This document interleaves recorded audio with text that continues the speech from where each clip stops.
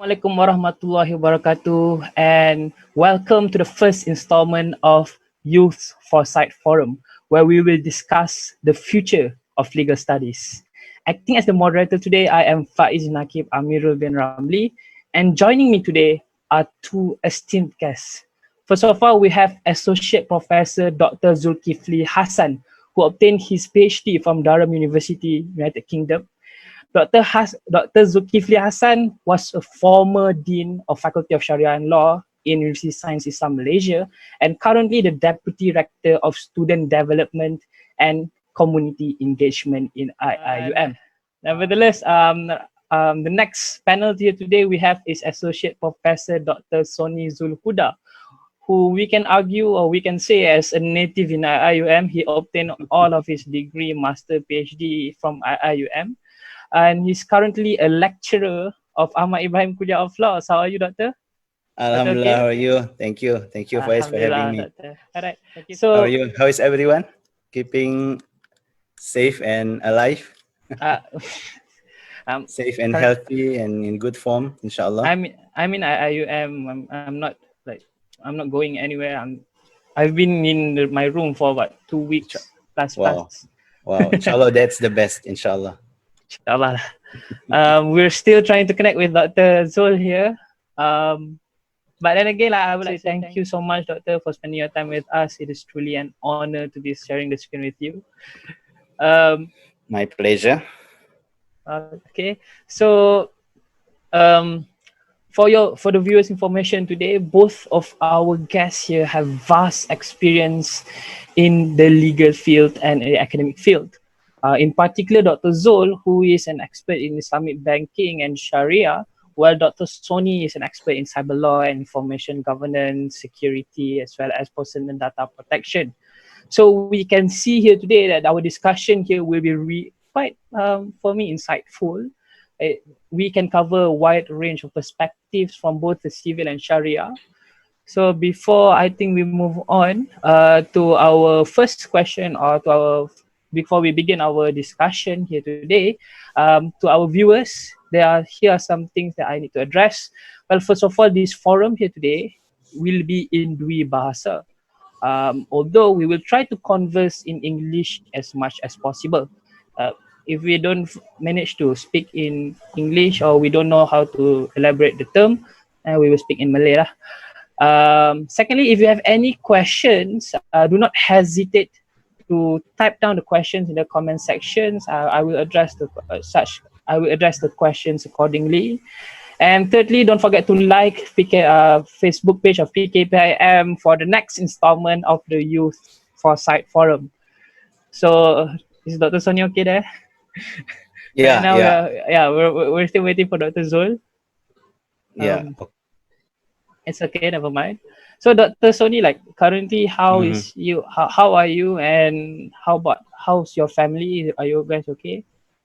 Alhamdulillah, we are all fine. Thank you for asking. And my family is now enjoying staying at home. We try our best. Yeah. So currently, who's the one going out buying groceries? Is it you? Is it your wife? Who are in charge? We actually have. We take turn. Actually, we take turn. I'm glad when I try to go for to get food, and this supermarket actually they have proper labeling for everything, so I don't have to be confused. For example, you want to buy any veggies or anything, the labels are all there, so I'm fine with that. You don't need a personal shopper then. No. Alhamdulillah. There was this little interesting experience. I went to this groceries. I was supposed to buy this called, I don't know, you call it daun bawang. You know daun bawang?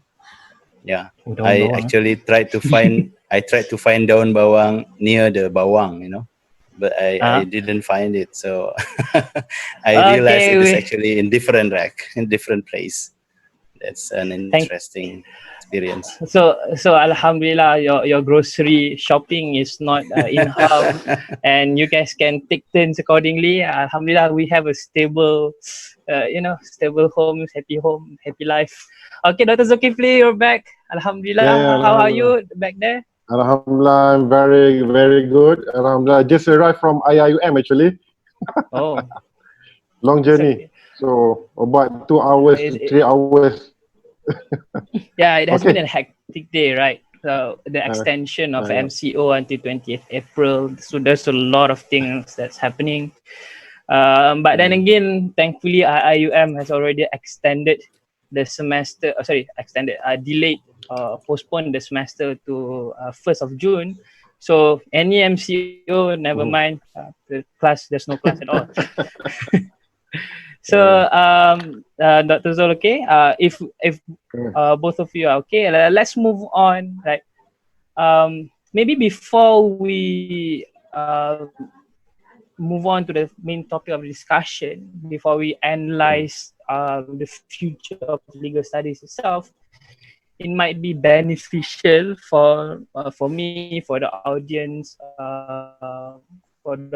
knowledge, for us to maybe to have an understanding how had evolved throughout these years. So since both of you, since both of you are guests, since both of our guests here today are alumni of AIKOL themselves, who's senior, Dr. Sonny or Dr. Zul?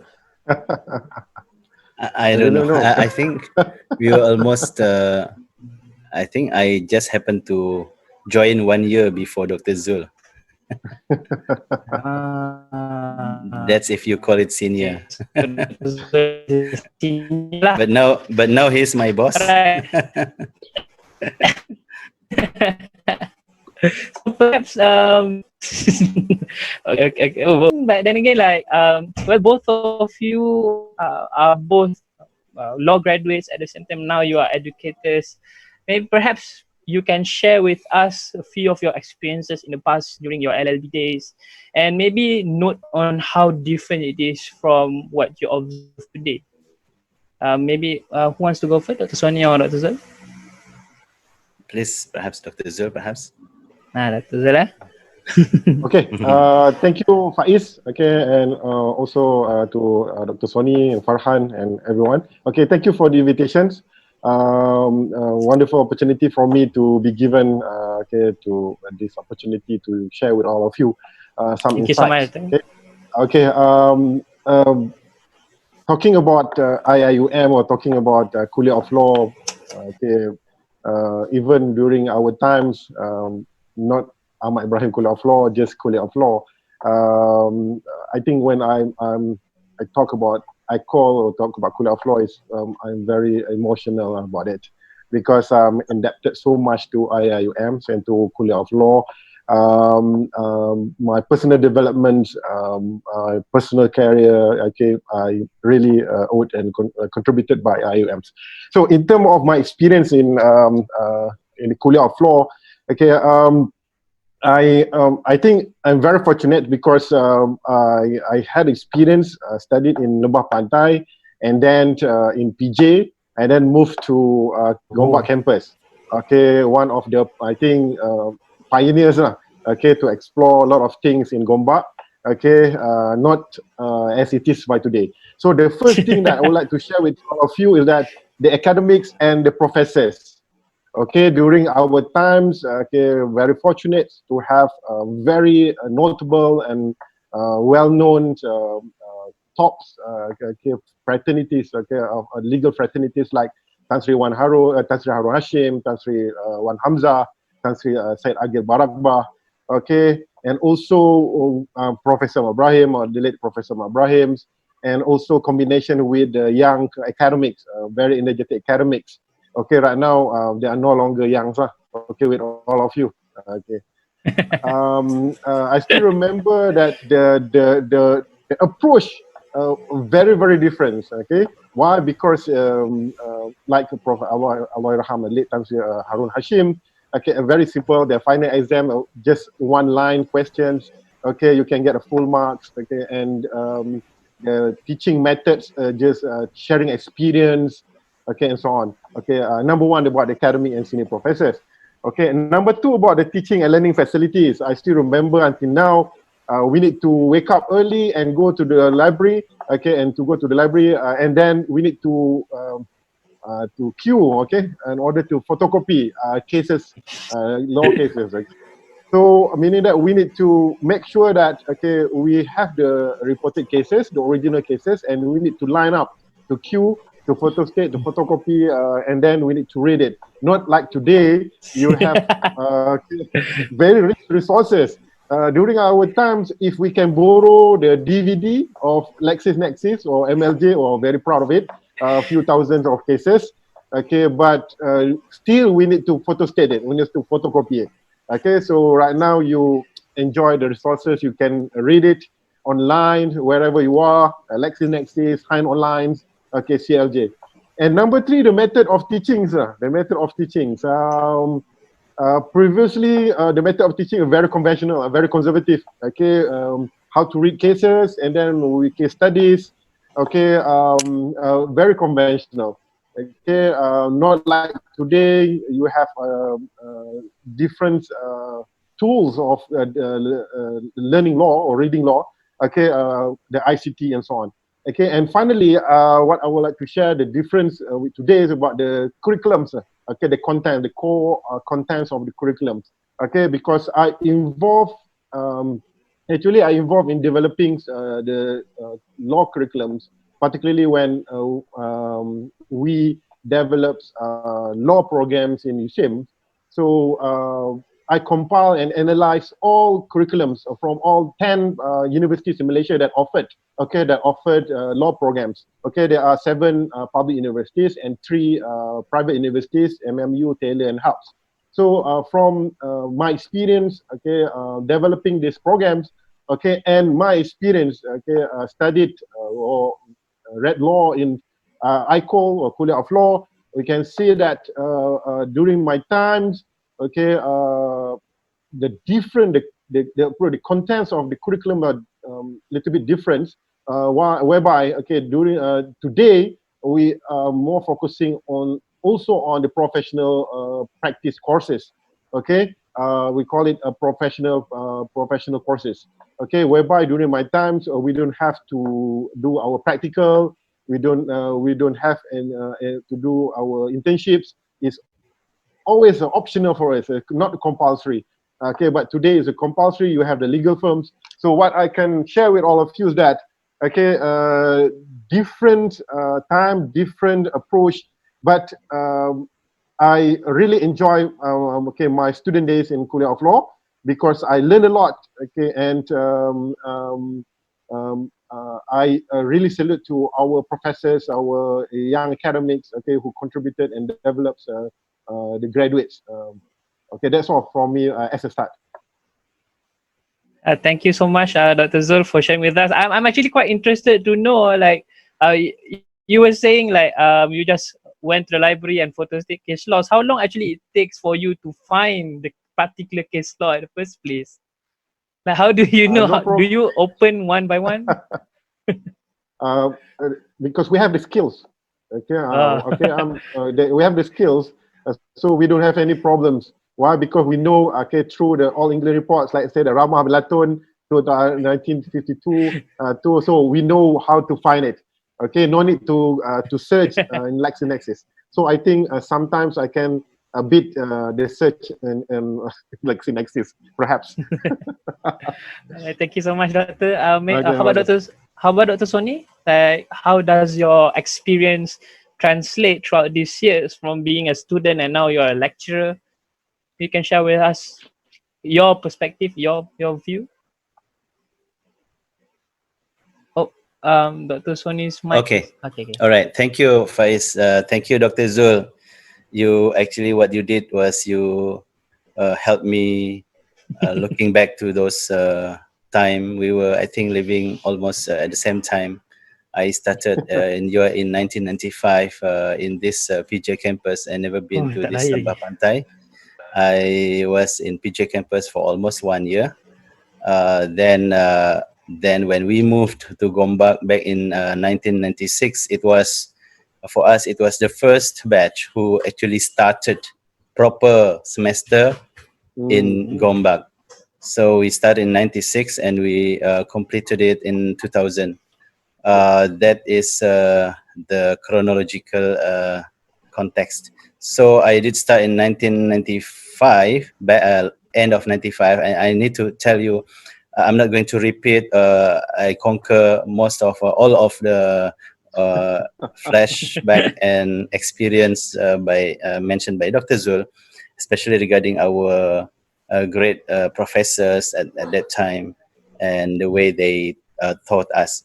But I like to highlight to you about how we came by this new creature, which had been taken for granted by our students today, which is called the internet.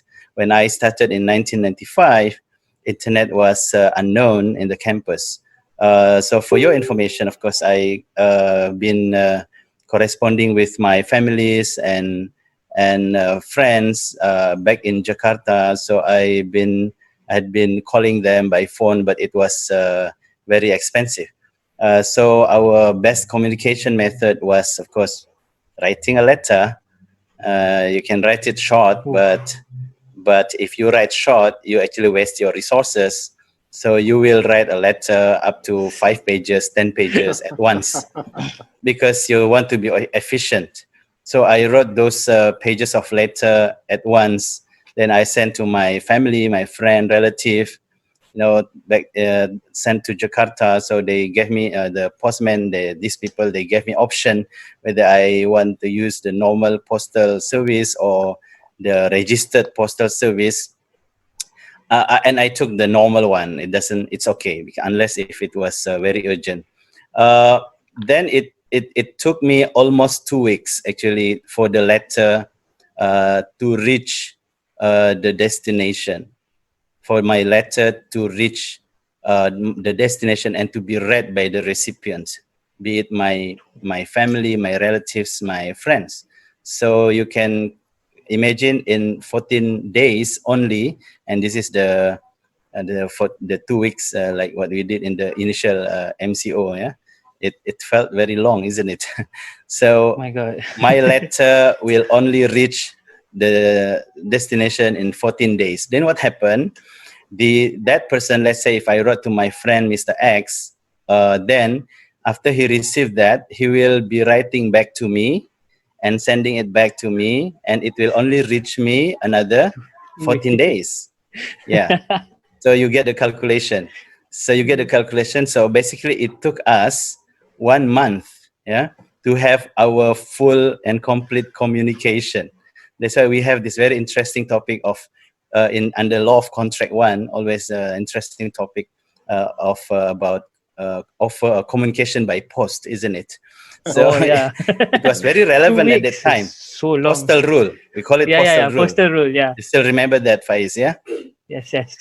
It was Contract law. very relevant. Yeah, 30 days is to make complete communication. So this was happened to me and to us, so many of us from foreign students.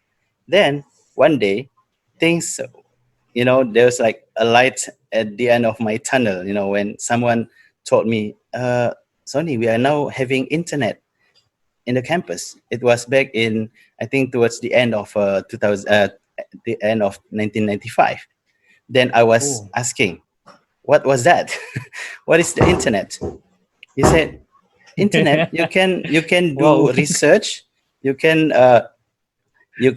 find resources, and then what else? I was curiously asking, and then he was telling me, you can actually write an electronic letter, electronic mail.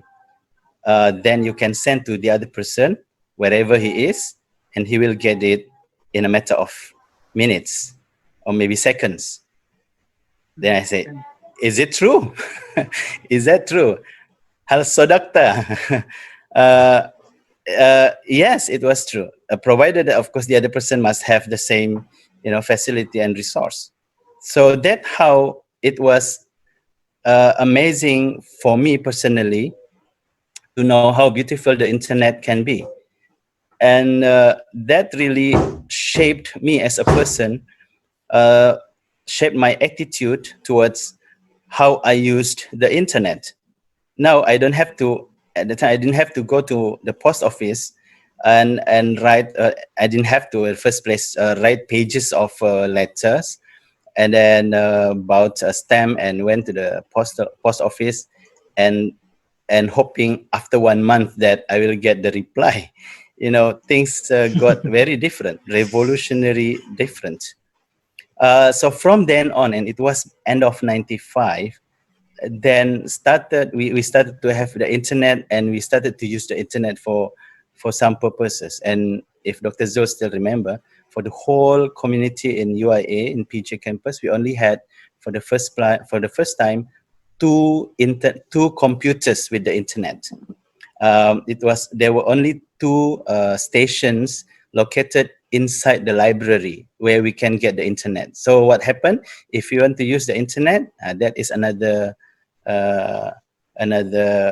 jihad that you have to do. You have to wake up in the morning, go to library and write your name in the list, in the register. Then you will know what time you will get the internet. So that is how much we actually started to use the internet. And from time to time, we started then we realized how good the internet it was for our studies. At that time, even in fact, during my first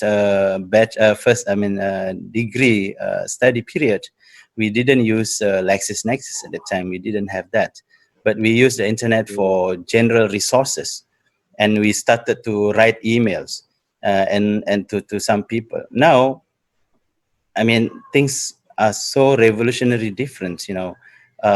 I kept telling my students that this is the beauty of technology. You should never take for granted how easy it was. And this is mentioned already by Dr. Zul. Of course, this is the piece of personal experience I'd like to share with you. Even though you didn't experience the same way I did, but you will realize how grateful we should be with having all these technologies around us. Yeah, so only when you start, and this is not only for me, I mean, even for you guys, you have had some technologies, but in future you will have many more. And you are going to tell the future generation about the same what I'm telling you this, that in future, maybe you don't even need to use your mouse or use the touchpad. All the resources are already available for you. I don't know, the AI is already there, you know. So things are going to change tremendously. But one thing very important, what I'd like to give you as a message, be grateful. Let us be grateful and make use of these facilities. That's what I'd like to start with. Faiz. Thank you so much, Dr. Sonny. Thank you so much, Dr. Zul. Actually, like, it's kind of eye-opening. Both of your experiences are. Actually, I cannot imagine how you actually submit assignments. Like for us today, if we need to do like 20-page case review or article review, we can just type it and then just email it 4:59 or 11:59 at night. But then again, like during your days, I have no idea how you guys submit assignments. Like, do you guys? Yeah, how do you do that? Like, do you have like those kind of assignments back there? Do you just send like multiple pages of essays to Dr. Prof Ahmad or to Allahyarham Tasyarul Hashim? Anyone? The assignment, the assignment can be either in the form of handwriting or in the form, if you have computer, you are rich enough lah. So you are the most valuable bachelor like if you have a computer and handphone during that time. Okay, no, that's why the originality is there. Okay, they're just joking. Okay. So you cannot plagiarize lah. Okay, I see that. That's really helpful. How about Dr. Sonny? Do you do the same? Yeah, it is the same. I remember I was assigned to write essay under in Islamic legal system topic. It was a first year subject, and interestingly, the lecturer at that time is now our current deputy dean, which is Dr. Tajul. Yeah, he was my lecturer at that time. He was telling us to write an essay, so I chose my topic as the development of Islamic law in Indonesia, and I didn't use the internet for that. I went to library, I went to all this bulk of law journals, tried to find any articles relating to Indonesian law, and I put all the journals on the table and write one by one, pick all these resources, and alhamdulillah, I got quite a pretty good essay, which I was very satisfied at that time. And yeah, talking about typing and printing services, there are quite a few places in the hostels that people offered those services. Yeah, some people offered typing services. They actually charge us few dollars or few ringgit at the time. Yeah, but now another interesting experience, and about submitting, of course, we have to submit it by hand. And another experience was the assignments under the Islamic law of transaction, or what you call it, transaction in Islamic law. Yeah, something like that. Yeah, so it was a Sharia, and I took it in Arabic language. In Arabic, and my lecturer was Dr. Suhaimi at that time. So we never know about typing in Arabic letters. So what I did was I was using my handwriting, Arabic calligraphy, and write those assignments like 20 over pages and sent it by hand. So it was how manual we were, how manual we were. Exactly. So, Thank you, thank you so much, Dr. Zul, Dr. Sonny. Those were really insightful. Do you know how we presented our assignment?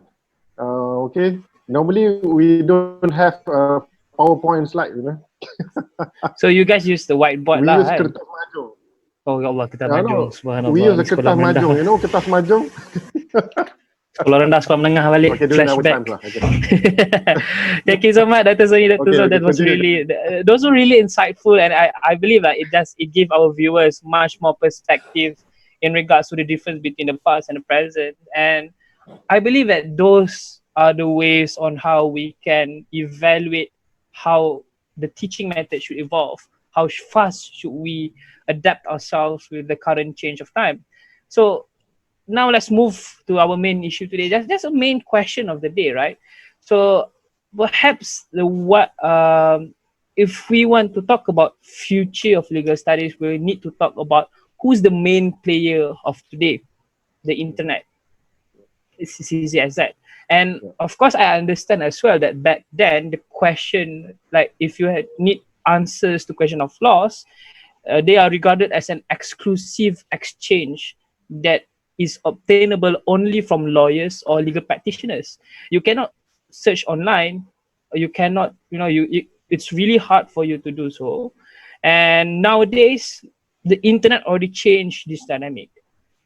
Well, not just this particular dynamic, but also every aspect of society. So everything is online, right? E-commerce, we see online shopping has become more popular in recent years, as well as there's even in the academic world, online courses that are being offered by Ivy League universities. So in the context of our legal industry, information on the law, statutes, legal opinions, cases, those became significantly more organized and more accessible by the public, either through website or social media. So the public reliance towards like traditional consultation is reduced only to matters that requires critical thinking, application of the law, or having a person to represent you in court. And even with such changes, even though other parts of society has moved in line with the changes that is currently being a dominant trend in society, it doesn't happen as much in the legal community.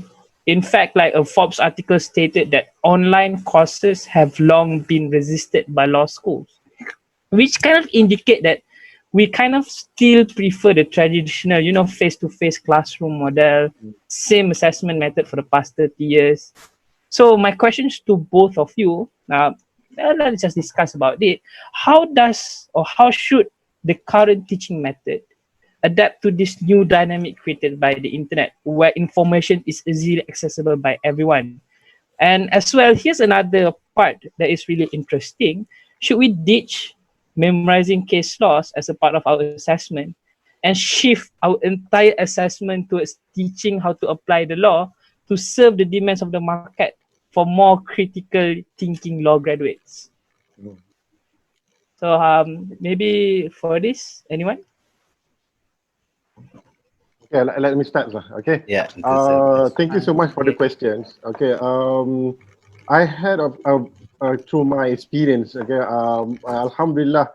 So far, okay, I have experience as a advocate and solicitor for several years, and then I did my PhD in the UK. So I also did my research on the legal. Okay, and then I know the legal fraternities, the practices in the UK. And then I worked in Dubai for 1 year, also doing research on legal framework of the Gulf countries, Cooperation Council countries, legal frameworks. And then I did my sabbatical as a visiting researcher in New York. So I'm very active with Muslim Bar Association of New York, with Islamic Law Committee of New York Bar. So this, among others, exposed me with international practices on legal professions, also as a legal educations.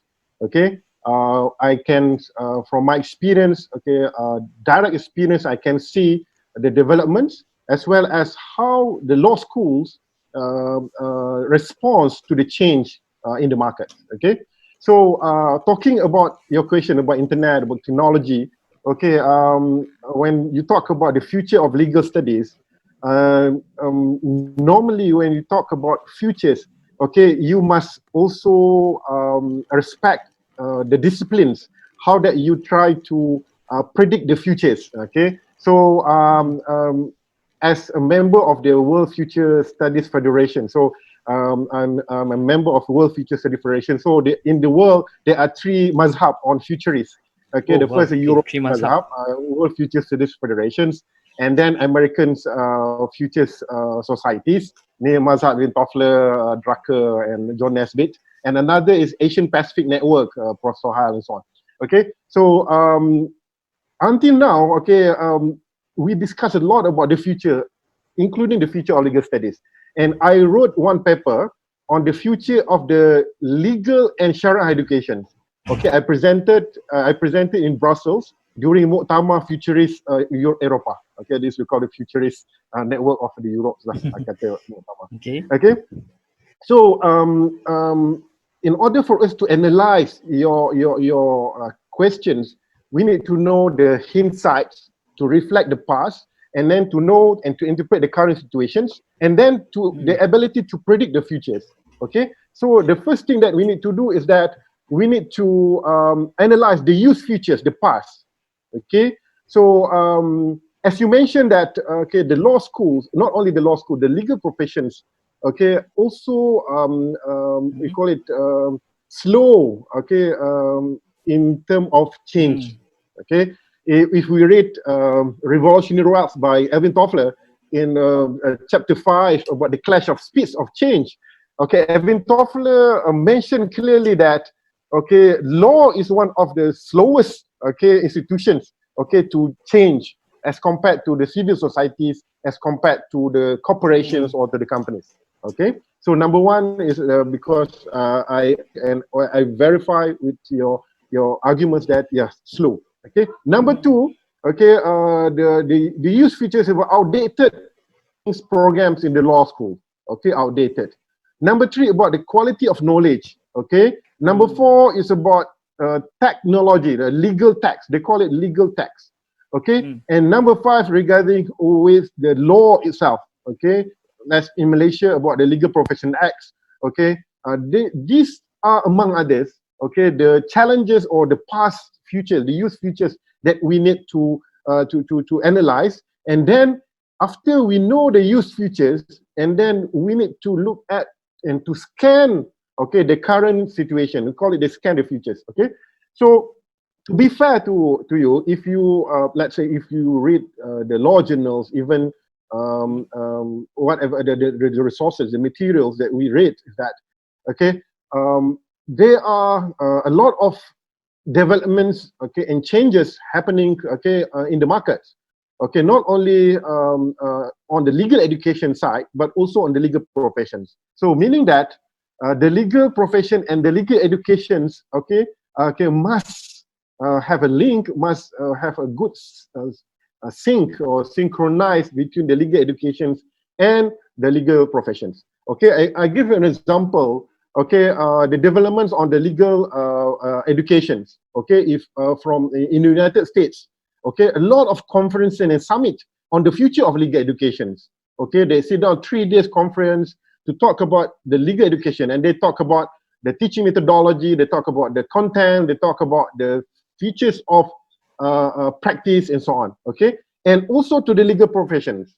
Okay, you look at the legal firms right now. The legal firms also embrace the technology. Okay, they have missions. For example, okay, there are software. Okay, several consultants. Okay, for example, LawWix, Ross Intelligence. Okay, so many.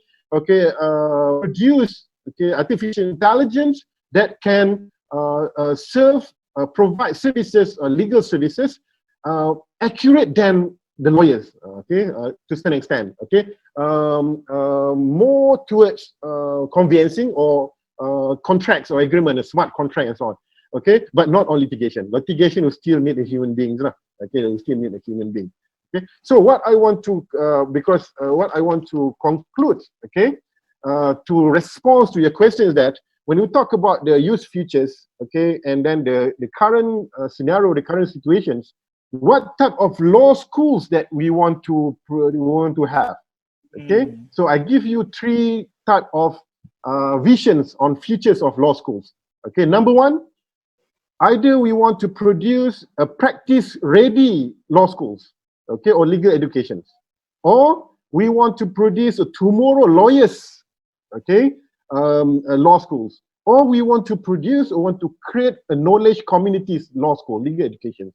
Okay, let's say that if you want to choose, okay, we want to we decide that we want to produce a practice ready, so our law schools will be, okay, looking at the practice, and then we try to fill in the gaps, okay, to bridge the gaps, and then to increase the professionalism, calling all the lawyers, the practitioners to come to the university, okay? But it will not create a significant change, okay, to the legal fraternities. Number 2, if you want to create a tomorrow lawyers, so meaning that you create a new subject, new courses, you talk about digitization, you talk about outsourcing, okay? So then you want to produce lawyers that can accommodate the futures, accommodate the technology. So this one also will determine the types and the forms of the law schools that you want to have. Okay, and number 3, okay, this is my personal, okay, visions about law school and legal education. That's the law school, the legal education. We want to create a knowledge communities. Okay, meaning that number 1, okay, we want to produce not only legal personnel but also legal and non-legal. Okay, number 2, interdisciplinary. Okay, law and accounting, law and finance, law and TVET, law and engineering, law and medicines. Okay, interdisciplinary. Okay, and then we will have some sort of new forms or new design of curriculums. Okay, so my response to your question is that the internet, okay, the technology, okay, yeah, the response still, okay, depends, okay, on the forms, on the planning that you want to create through the legal education. And my personal observation is that, okay, if you want to make sure that the legal education is relevant and sustainable, and also meet the elements of humanisms, okay, so we must think about create a legal educations that sync the technology, the internet, but in order for us to produce a knowledge community, okay, that respect the interdisciplinary and also combine to produce a legal and non-legal okay, personnel, okay, for the market, not only for the markets, but for the society and for the community. Assalamualaikum. Okay, thank you so much, Dr. Zul. I do see how wow, your experience are really helpful in actually helping me to understand about the many kinds of future that we can have with law school. And in fact, like if I may summarize about the three different types of law schools that we can we should decide on before we actually venture into is, first of all, like practice ready, we focus on today. Tomorrow lawyers, we focus on tomorrow, while knowledge community, we let basically we let the society to decide which one is more important based on the knowledge, based on the culture of knowledge that is created Exactly. from the law school So itself. the legal education, just not only for the profession, okay, also to serve the society, the community. Thank you so much, Doctor. How about Dr. Sonny? Do you want to add anything on that, or Dr. Zol's statement?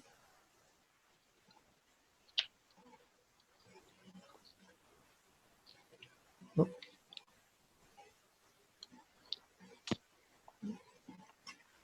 Hello. Okay.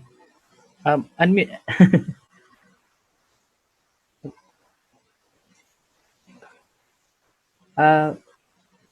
Dr. Sonny.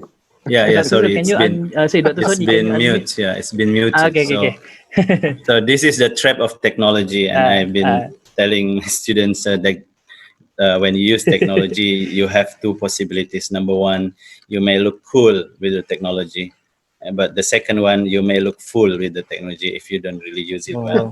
So, straight to the heart. Okay. Yeah, so that was what had just happened when I was talking, but it was muted. Yeah. Okay. Now it was very interesting inside Dr. Zul sharing with us. Now let me just add on with few of my perspectives, talking about law and technology, and this is an area which is quite close to my heart in my teaching, my research. The difference is that I have never been in legal practice, legal profession proper. I've been in the past this 20 years been involved in research, teaching research, as well as consultancy works. So nothing involved, never involved in this profession. So I'd like to be fair to be sharing with you from this perspective, talking about technology and whether it finally would be embraced by lawyers, by legal studies. And I think the answer is inevitable. It is a big yes. It is positive. Yeah. But whether it was too slow or not too slow,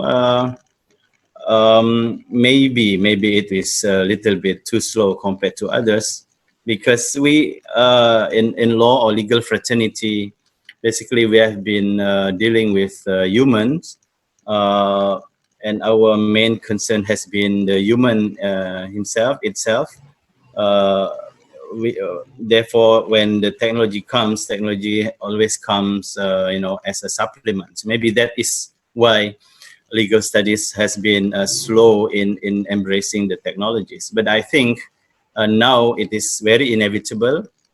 Back in 1996, this social activist from the United States by the name of John Perry Barlow had shocked the world, the academia, as well as the social activists, with what he called as a declaration of independence of cyberspace.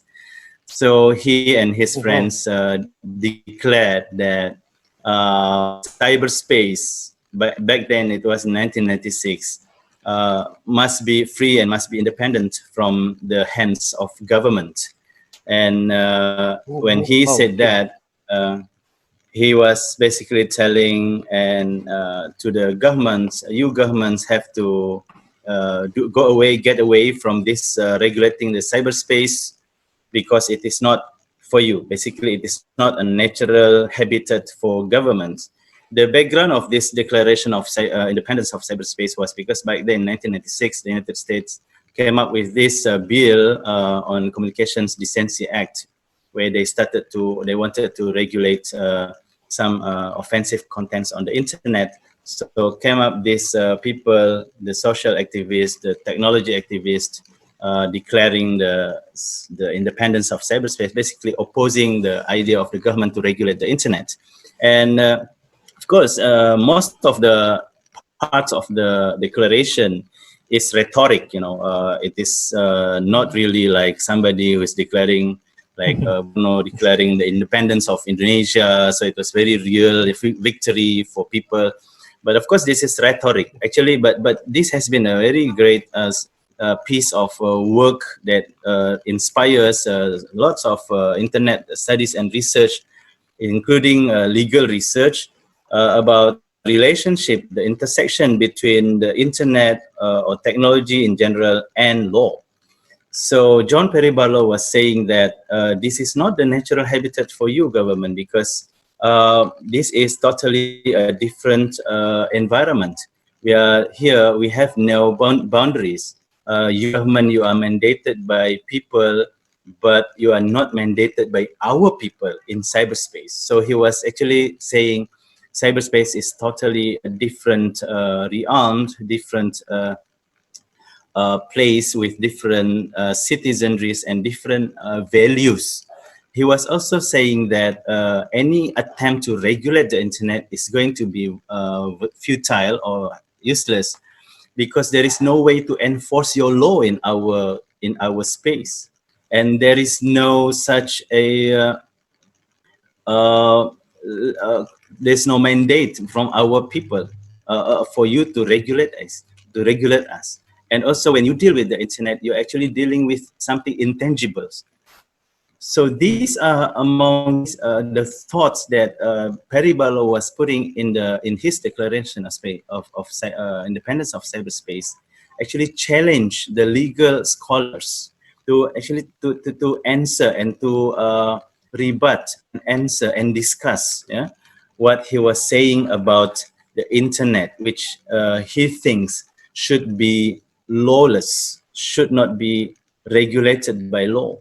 So it was back in 1996, and now we are in 2020, and most of those things are actually being answered. Those things that were not regulated and that could not be regulated at the time are starting to be answered today. You are talking about the non-applicability of international law, but now we have some treaties dealing with things that are going on in the internet. You are talking about the non-binding, non-enforceability of certain legal concepts. For example, the concept of property. Now we already have laws that saying that you should not use some personal information that belongs to people, or that have some potential to breach national security. So we are talking about intangibles now. So what I'm trying to say is that the way we saw technology at that time in 1996 was very much different with the way we are seeing it now. And that is how the law has actually started to answer all those challenges. And now when you talk about law of contract, for example, you have to also include the fact that most of the contracts that we are doing today are basically electronic based. You don't actually see the two people meeting of mind, of people having face-to-face transactions. You don't actually see papers being written or being signed by handwriting signature that we understand the way it was before. So teaching about contract will never be complete unless you also include the fact of the electronic commerce, how electronic commerce is today, how the contract actually is taking place, how the offer and acceptance is taking place, how is the delivery process, how is the consumer protection in an e-commerce situation, how is the dispute resolution, and you are now talking about having a dispute with people beyond the boundary of your country. So all this will have to be embedded into these teachings, and this is only law of contract. And we have not even started with this smart contract, new things of concept. Yeah, in UIA now we have the first. We're going to have a first PhD student writing about a smart contract, and Yes, and I actually threw this idea to this person, and he was kind of interested to do it. So now, inshallah, we'll have I one writing on that. So this is basically how things develop, and it is inevitable when you talk about law of torts. You have to talk about negligence of people providing internet services, for example, of negligence of people who understand. fail to protect the data of bank customers. Remember that now we already have so many incidents of data breaches, personal data stealing, and so on. So how the law of thoughts will play to that? There is a big little, problem on how you prove the harm, for example. And So I then when see. you talk about negligence and so on, things are okay. You can go on. Say. Ask But me. I think like what Dr. Sonny's what Dr. Sonny added is really interesting on top of what Dr. Zul said. And while Dr. Zul focus more on the physical aspect, on the actuality how we teach, Dr. Sonny focus more on the content. What do we teach to people? Because like for example, like Dr. Zul said, like his vision is to have a knowledge based community, right? Dr. Sonny is adding for our viewers information. Dr. Sonny was adding the perspective on what should be taught on top of such teaching method. Yeah, we want to teach you through, for example, but through online platform like currently right now we're using Zoom. But what do we teach you is also important on how law, on how what we teach need to also evolve with time, with current technology, with the recent development of every aspect of our community. Um, wait, yeah.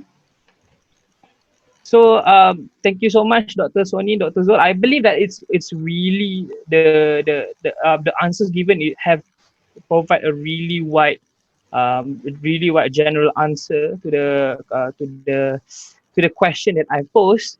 And on that, yeah, we have a question from a viewer here. Um, it's a question to Dr. Zul. With the advancement of technologies such as big data and AI, the legal resources is much easier to be searched by the normal person with no legal background. Hence, it seems like the legal advising part can simply be replaced by the computer. I think I do see eye to eye with this viewer because we don't know how AI is in 5-10 years time.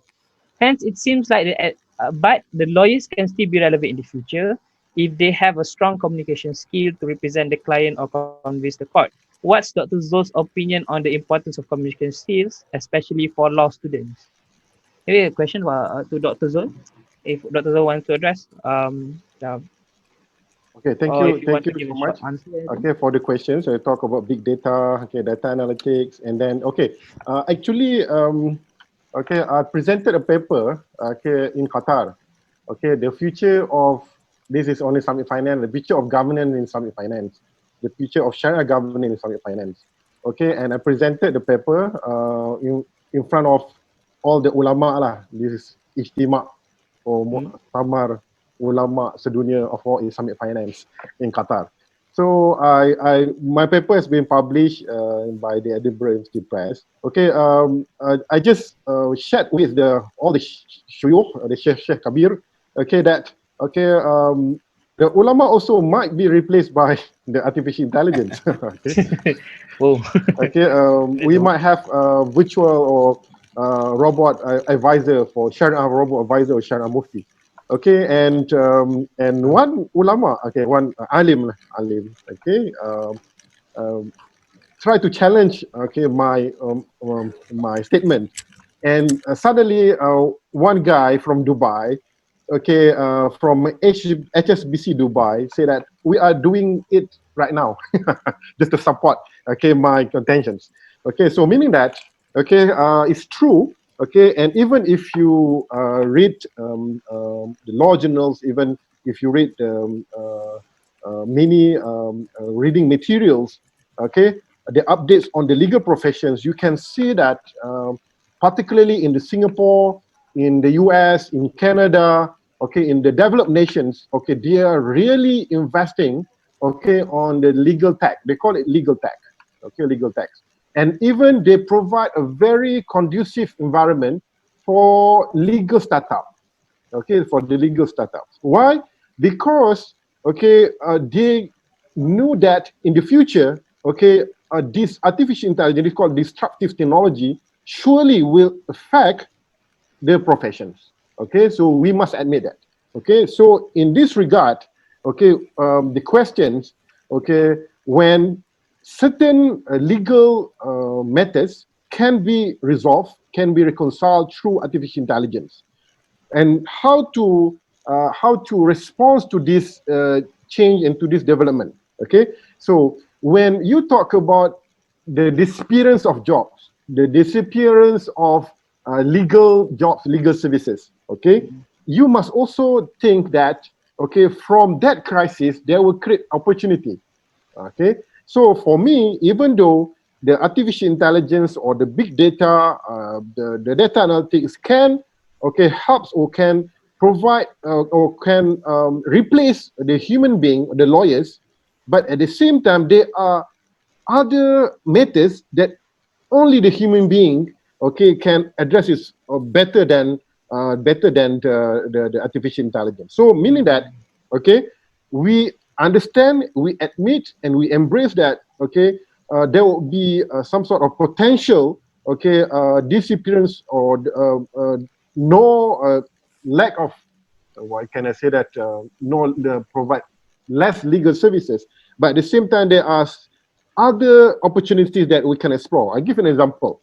I give an example. When we want to develop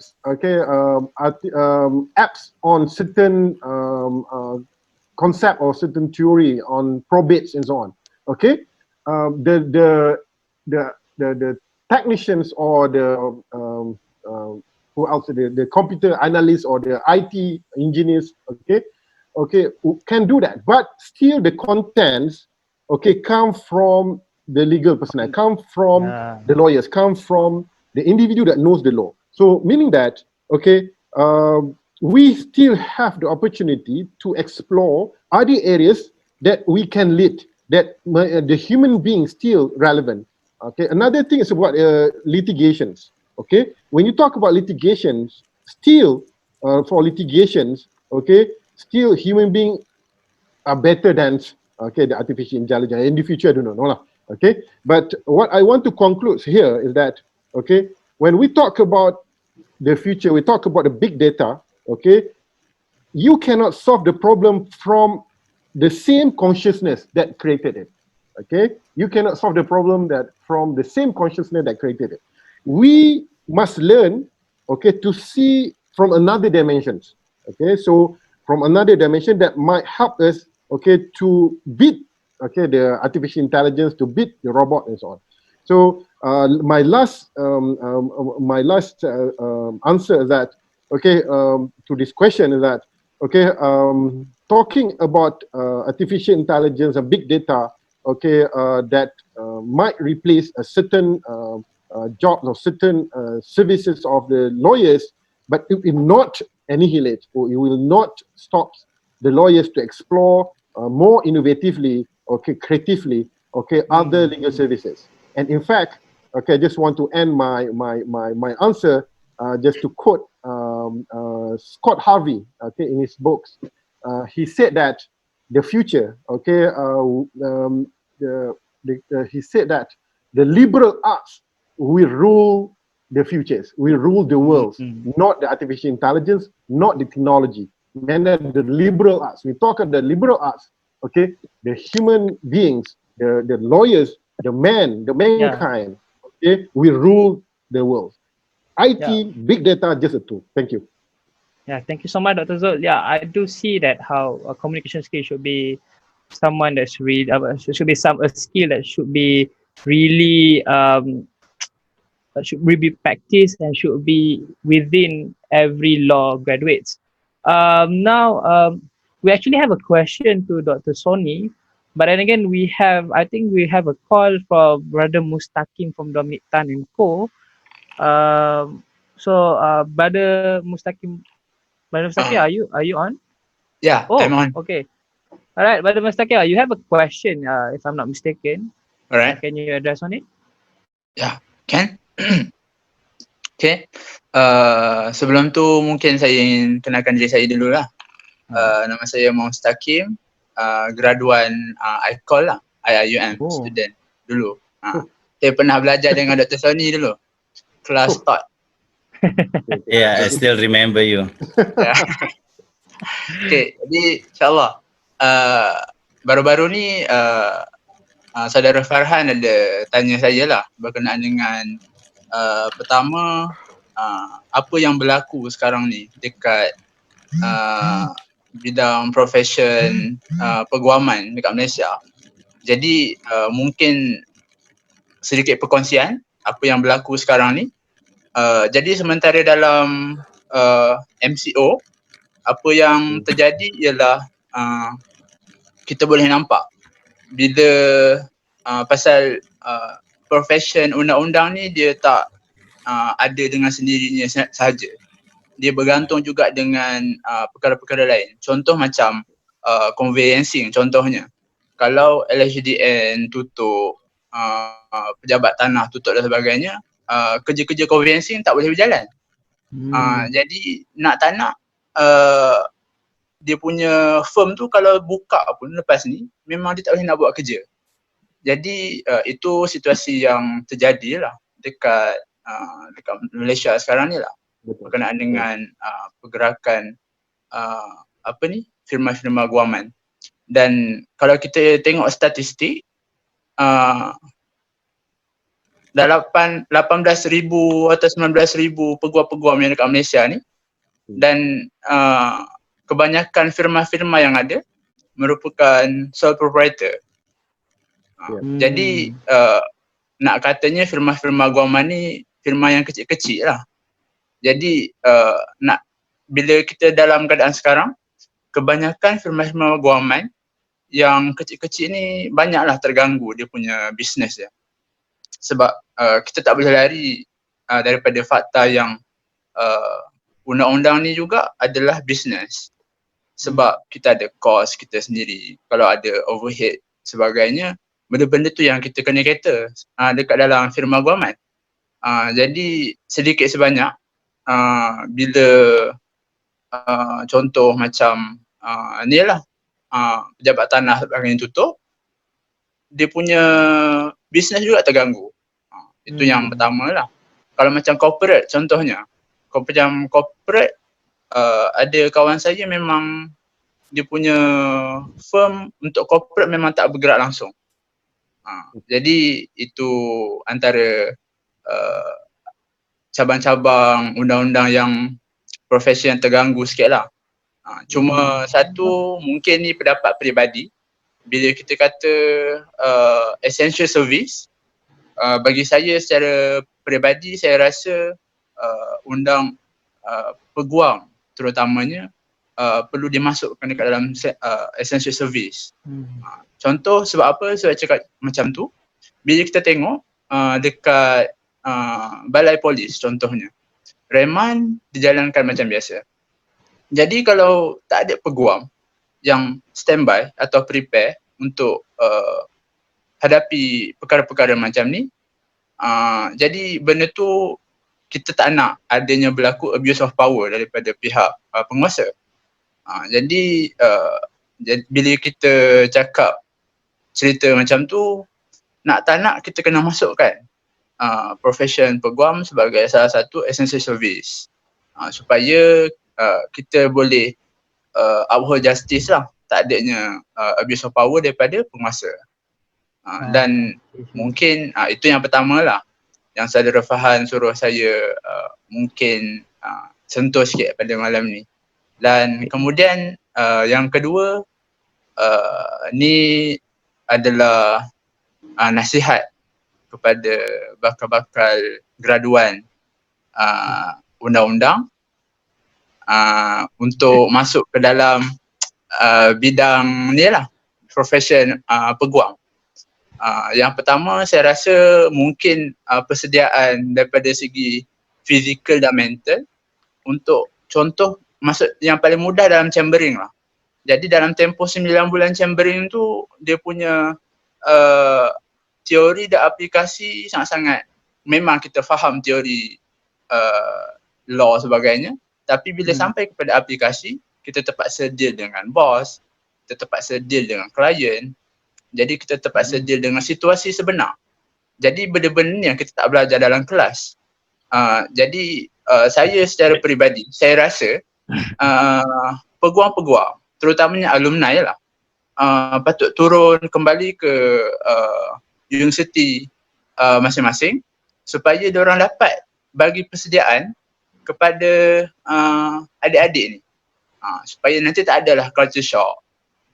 Sebab kita faham suasana belajar dengan suasana kerja sangat berbeza. Dia punya tension dia punya pressure dan sebagainya, benda ni yang kita tak dapat nak nafikan lah. Jadi kalau kita dapat sediakan kita punya student dengan demand daripada industri dan kolaborasi antara universiti dan industri yang sangat baik, bagi saya benda ni boleh cater lah. Jadi saya rasa mungkin itu saja. Mungkin sedikitlah perkongsian sebab saya pun segan dua orang hebat speaker kita malam ni. Thank you Mustaqim. Okay, very good insight. Terima kasih sangat. Terima kasih Mustaqim. Terima kasih Bro Mustaqim. Pada sama juga, selain daripada seorang lawyer dekat Dominic kita AIKOL, beliau juga seorang alumni UIA, at the same time juga dalam grup Peguam ABIM. Terima kasih sangat Bro Mustaqim kerana memberi insight. Terima kasih juga sebab menjemput. Assalamualaikum. Waalaikumsalam. Jadi kita dapat, okay, sorry, I have to change my language back. We do got some I believe like for tonight's discussion we have what Dr. Zul gave us, the 3 types of law school that we want to create, what Dr. Sonny gave us, what kind of content that we want to teach law school, and now at the same time we've just received an input in regards to the reality of today's legal practice, in which I believe that this recent pandemic has displayed on how important it is for not just our legal studies, but also the legal industry itself to really adapt to technology, to really adapt to the recent developments in order for us to move forward and cater to society in a better cater to society. So thank you so much, Dr. Sonny and Dr. Zul. Nevertheless, I think like to Dr. Sonny, let's go back to the question that has been asked. Apparently, it's from brother Ahmad Muhammad Dahlan. He's a lecturer from Quiz.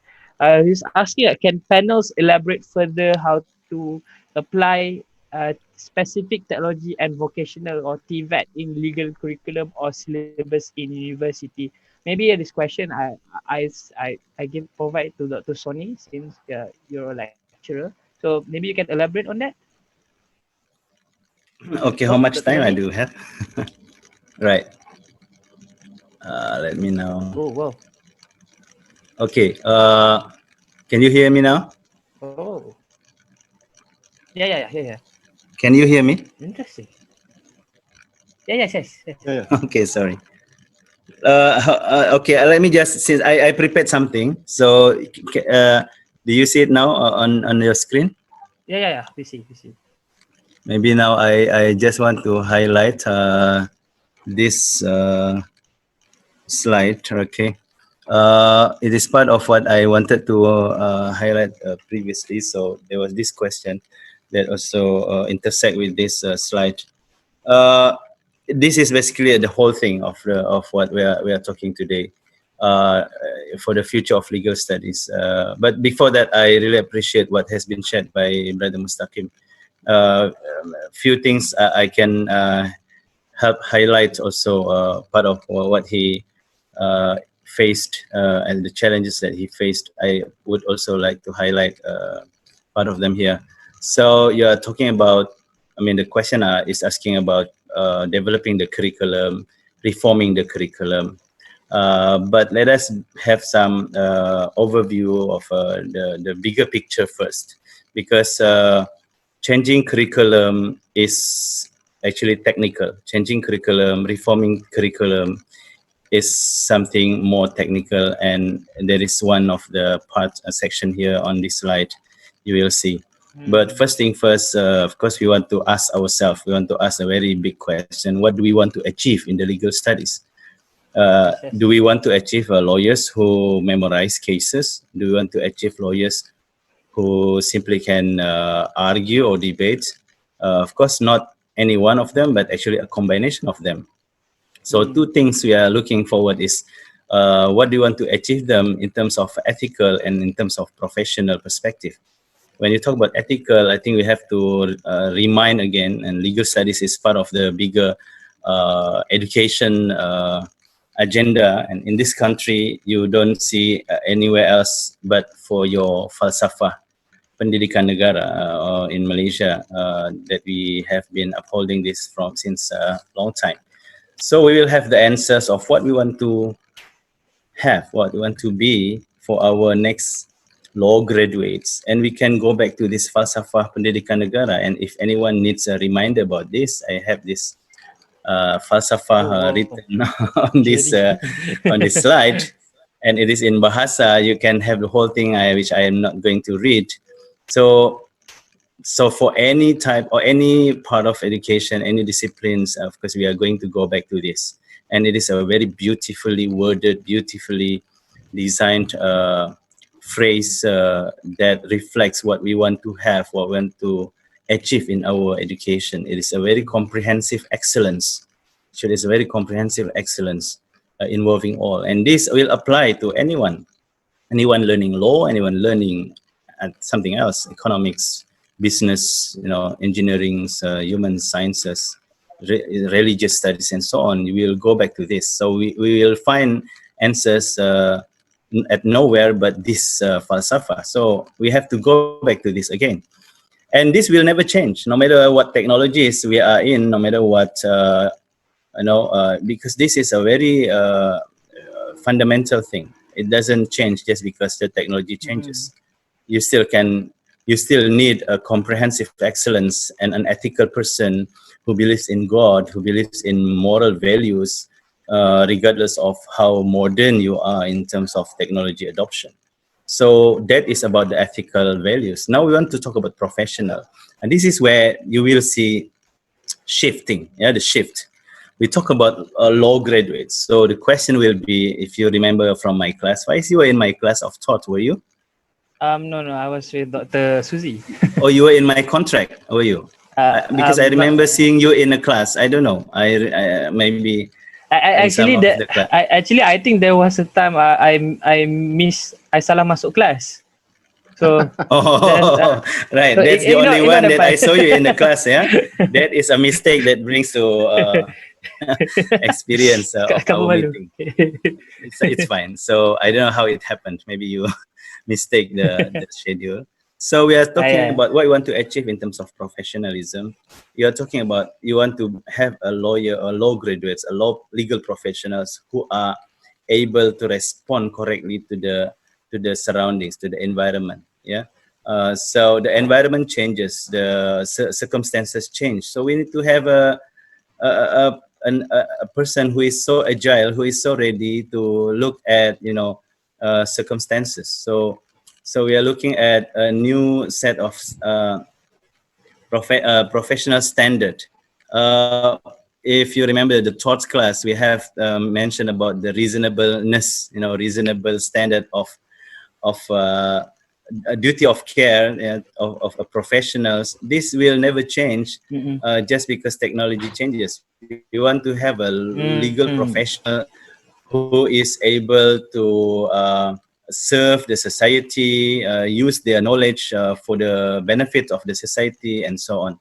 So in the digital age, then this lawyer will have to adapt himself with these digital challenges. This is why it is relevant to remember back what John Perry Barlow was saying in 1996. Yes, our lawyers today, our legal academia today should be able to answer what John Perry Barlow was worried back in 1996. That is how the profession should change. Then there is a next question. After we know what we want to achieve, then it is time for us to look around and see your right, your left, what is the reality of the social construct that we live, that our students will live. It is very disruptive, as Dr. Zul was mentioning it. It is very disruptive. Sometimes it is unpredictable. So we have this, what they call as VUCA, V-U-C-A, VUCA. This is a new term, a new acronym, which stands for disrupt, which stands for what? V for volatility, meaning we will see the time where it is so volatile, things changes so rapidly, uncertain. Sometimes we just could not realize how disruptive it can be. That is you. And then C for a C for sorry, why I would forget that. That's okay. Let's skip C, but A is I have to look at this. It's okay, Dato'. Yeah, It's okay, this is Dato'. basically a new term to highlight how disruptive it is. Now we can go back to the VUCA later on, but the underlining part is actually it's disruptive. You never know what will happen. You see, only recently now we saw the first time our court in Sabah was using artificial intelligence. Yeah, in sentencing, right? Yes, to use it for sentencing. Maybe few more we will see soon. It may be used for other purpose. Maybe used for example, in other countries it has been used for deciding whether someone should get parole or not, whether someone should be perhaps in future should be sentenced at all or not. We never know. So things can be very disruptive. Of course, always comes with the controversies, the pros and cons, and we are open to that, you know. And we must go back to this falsafah pendidikan negara again to talk about whether it should go that far or not. But remember, technology is in our hand. We will decide to what extent we should go. That is actually our call, a call for us to answer. So we have all these disruptive things, so we want our law graduates to be able to look at that situation. And this is this COVID-19 is just another situation where it is so disruptive, isn't it? We never imagined before that we have missed 3 times Jummah prayer consecutively. Have you ever imagined doing that? And then having Ramadan without going to mosque for Tarawih. That is only in terms of worship. Now talking about learning, we will see how disruptive it is, because we never know how things will happen. But of course, we will hope for the best. So we look at all these challenges, you know, new problems, or maybe old problems in new forms, and therefore it will trigger us to ask whether we need a new law. So you see, this question was asking how we reform and amend the syllabus. This is when we will start to know if we do really need to reform the law. Then we have to reflect it in our syllabus and our curriculum. Yeah. So, for example, talking about stealing, the offense of theft. We have been talking only about theft of property. What about theft of something having no property characteristics, something intangible? Can we call it theft? Someone who stole your data, can we call it data stealing as a theft, as the theft that we understand before? And should we apply the same law, or should we have a new law for it, for data theft? So these are things will trigger us. Talking about, when I said about AI being used for helping in the sentencing, not for sentencing, but helping in the sentencing, then of course that is for the judiciary part. What about for the lawyers part? Then we lawyers, then you have to then be prepared to use just the same tool to perhaps argue and to rebut the whatever being mentioned or argued in the court. So this will actually come naturally. And if you do not have that agility to be able to adapt to changes and disruptiveness, then of course we will be left behind. Yes. Our curriculum has been so prepared to actually help students, not only to memorize cases, but also to be critical, to be comparative, to be, you know, looking at all these possibilities. When we teach you using this IRAC, for example, remember the IRAC method? Yeah. The memorization is only few parts of the R part. The R in IRAC, when you recall the rules, is either you memorize or you just need to, you don't actually memorize everything. You know, in fact, memorizing is part of the life. You cannot do away with it. With it, you know, no matter how good the technology is, you will still to memorize things. But of course, now we outsource more and more memories to technologies. That is another thing. So we do have that. We are not only preparing students to deal with written facts as well as cases, but also to analyze it. So this part of analytical sets is what we want to intensify in the future, I believe. We want to intensify with that, because if you keep on focusing on retrieving the data, now the technologies can do that much better than you, much better than us. And there will be time in future that the courts will be a very modernized court, that everything was there, AI is there, search engine was there to help everyone who actually needs information. But now it won't be complete unless you actually beautifully assess it, argue with it, and analyze it. Sometimes you have to compare it, and this is the skills that we want to have. This comes to the last part of this column, the new sets of skills that we want. It will be less retrieval skill, but more analytical. And therefore, with that having in mind, being more clearer, then we look towards reforming our law courses, then reforming curriculum, syllabus, as well as the methodologies. How we do that, it's very technical. You know, about the content, then we have to reflect whatever issues coming up. In contract, you talk about smart contracts, you talk about, you know, online contracts, you talk about consumer protection in contract. In thoughts, you talk about the liability of data breach, for example. In public international law, now NATO has come up with this new guideline on how you apply the principles of international law of war to a cyber war. Have we included that? Have we considered that? Because war in the future will not be a war on battlegrounds with missiles and things, but it will be more electronic, cyber-based, you know, and so on. So do we have enough law to deal with that?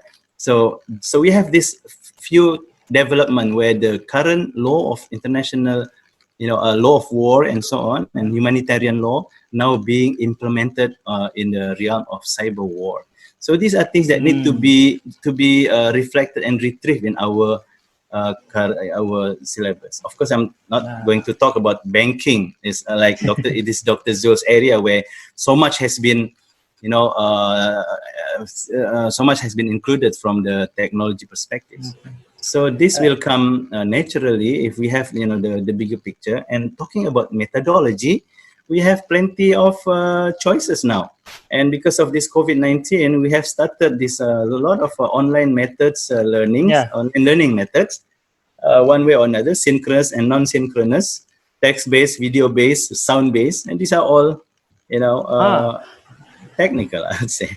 Okay, I think I want to build up on that last statement by Dr. Sonny, but I can Dr. Sonny want to conclude. Right, I'm done. Oh, you're done. I'm sorry. Okay. I think I really like this visual here. We have 3 questions to be asked.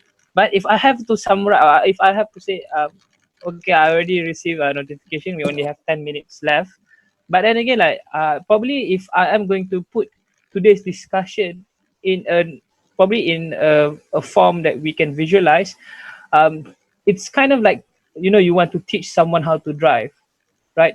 Dr. Zulkifli is stressing on, okay, how do we want to teach them? Should we, what kind of driver we want to have? That's the first thing you have to do. And Dr. Sonny is highlighting on how do we teach that person, or basically like what gear or what kind of traffic law that we want to teach him.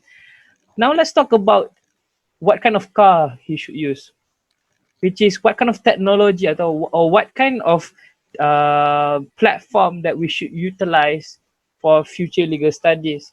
Since we have only 10 minutes, maybe this is a really short one. I see that augmented reality and virtual reality has gained quite a lot of traction in the academic industry. In fact, I believe that in students in engineering or architecture, they have started to have virtual reality to help their understanding on concepts or principles. So how about law? How do we actually incorporate it?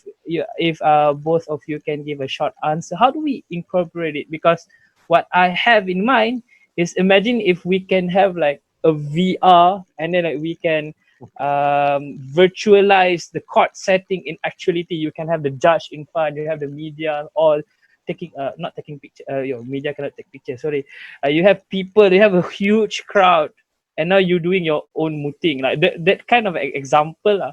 So how do you view this? Probably each can talk for like 2 minutes. How do we utilize such technologies to incorporate into legal studies in the future? Okay, all right. Anyone? Let me first respond your questions. Yeah. Okay. Yeah. My experience. About the technology. The first, we need to differentiate between the teaching methodology and tools and techniques, because two different things. Okay, when we talk about tools and techniques, we talk about ICT, about flipped class, and so on. Okay, when you talk about methods, you talk about the approach.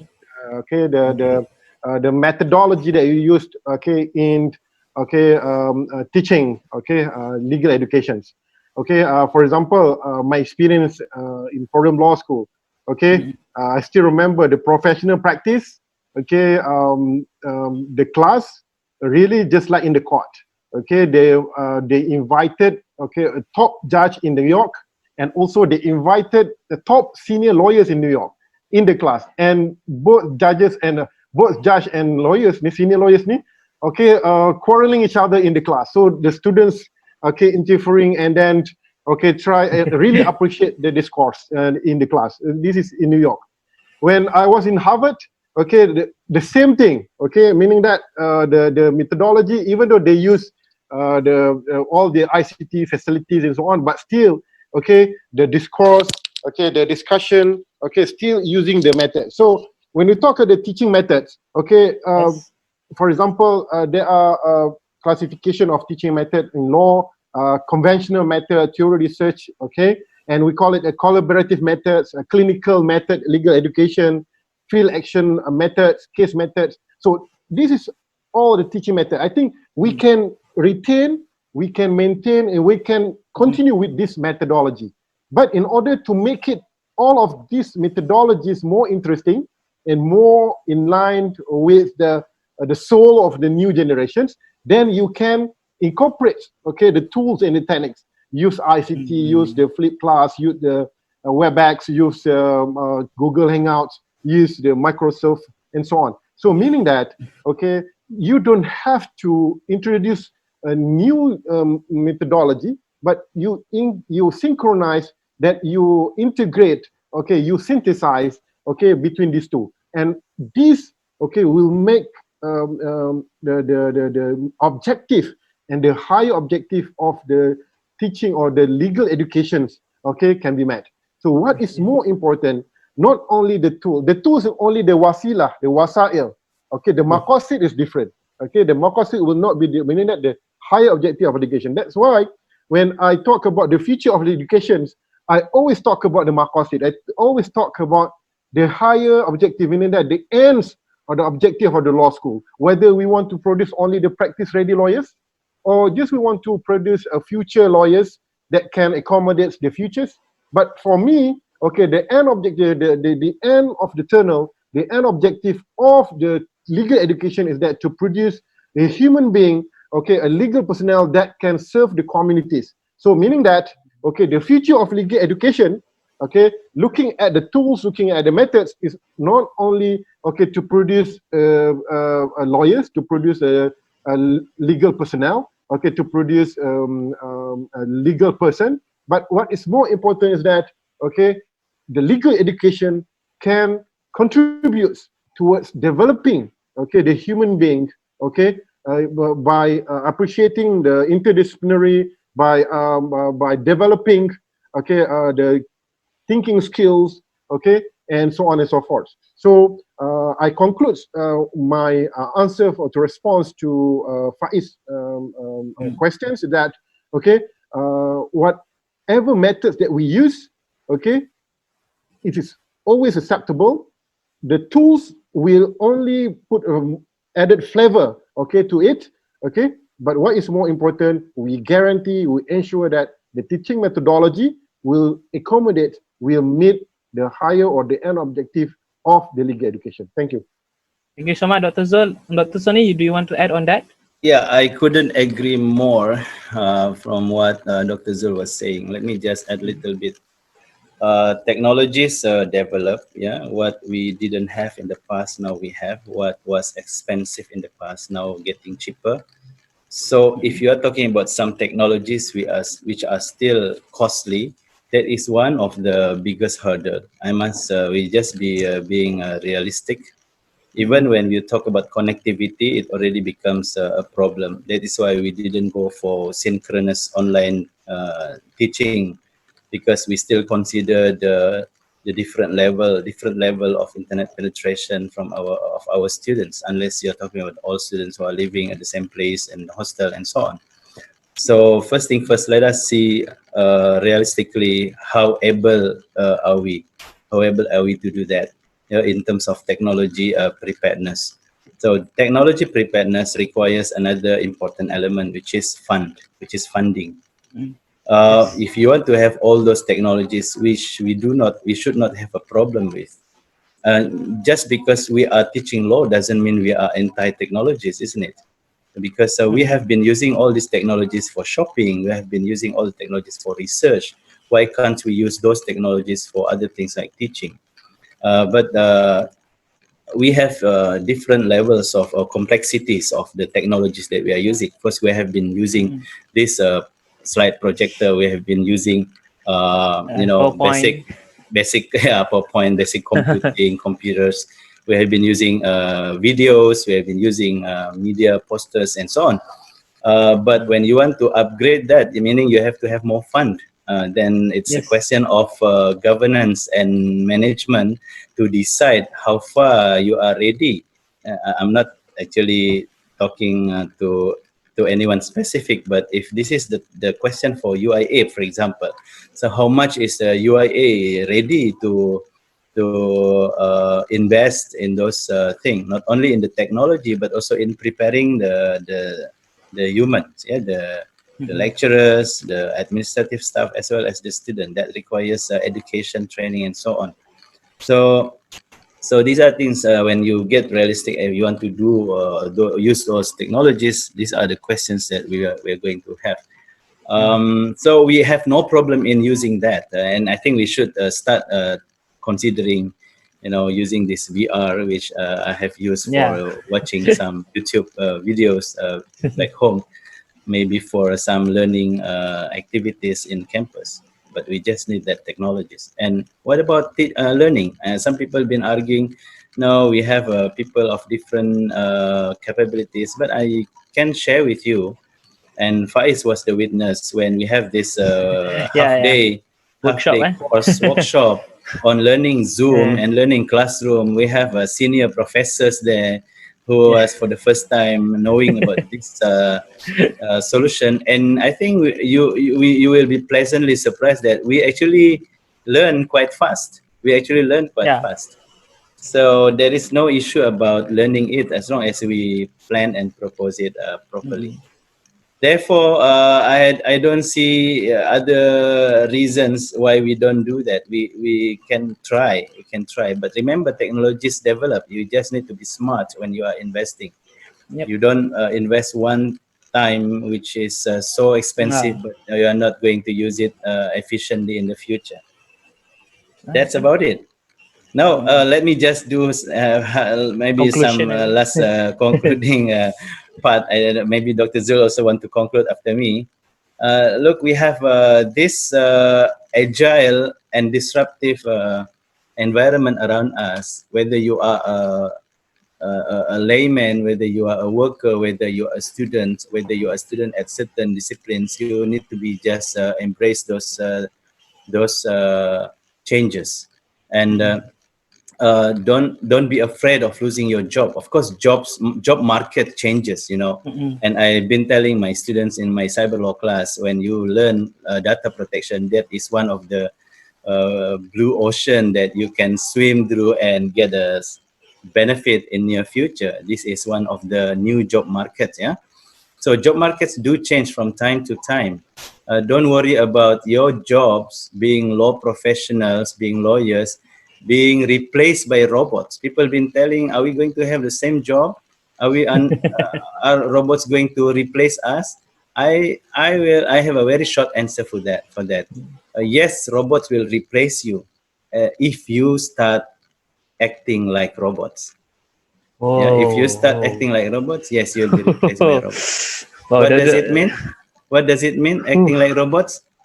Acting like robots means you just act according to what you are programmed to do. I have in the morning, waking up at 6, and then I will do this, I will do that. This is like so programmed day for you. And then the moment things change externally, you don't know what to do, because those things go against your routine. Have you watched one of the Lego movie, talking about this? If you are so programmed to do things, and the moment something disruptive happens, you don't know what to do. So you are worse than robot then. Yeah. So being a legal professional, there is a big room for you to go, and don't start acting like robot. And this is an advice applicable to my students as well. Don't start acting like robot, otherwise you'll be replaced by. That is it. Thank you. Thank you, Dr. Sonny. So, reminder to Dr. Sonny's students, don't be like robots. It means that please do not ever copy paste answers and just apply it without any ounce of originality. Maybe Dr. Zul, you want to conclude for like 2 minutes? Maybe some. Okay, thank you. When Dr. Sonny talked about robots, I in one of my papers, I ended my articles with, okay, we do not want to robotize the human being. We want to humanize the robot. That is interesting. That's interesting. Okay? Yeah, to humanize the robot. Okay, as a conclusion, okay, therefore, I would like to reiterate that, okay, the importance of this kind of discourse. Okay, and we talk about the futures of legal studies. Okay, rather than waiting for someone else or for others to decide or to design the futures for us, we need to think about it, and we will design our own futures. Because the best way to predict the futures is for us to design and to predict the futures. So this kind of discourse by anak muda like Farhan, like Faiz, okay, I really salute, and I really support this kind of initiative. Okay, talking about the future of legal studies, is very important for us, okay, to look, okay, from a big picture. So meaning that, okay, what I want to say is that, okay, in discussing a certain area of themes or topics, okay, we cannot only look, okay, in isolations. We must look from the whole dimensions, and not only that, okay, from holistic perspective, but also from a different angle and from different dimensions. Okay, as Einstein said that you cannot solve a problem from the same consciousness that created it. You must learn to see the world anew.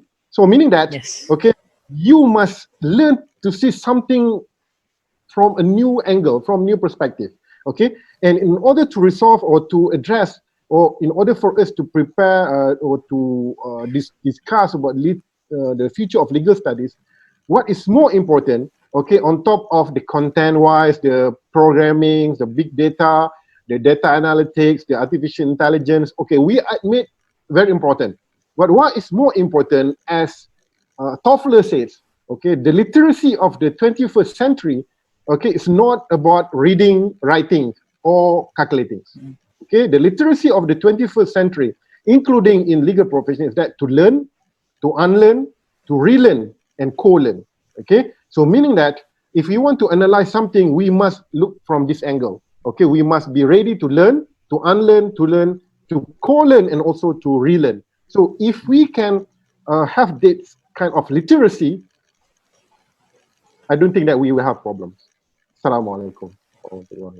Okay, salam. Thank you so much, Dr. Zul. Thank you so much, Dr. Sonny. I hope that every Thank of our you. viewers here today would have learned, probably, I say, a lot about future of legal studies. We've seen from different perspectives.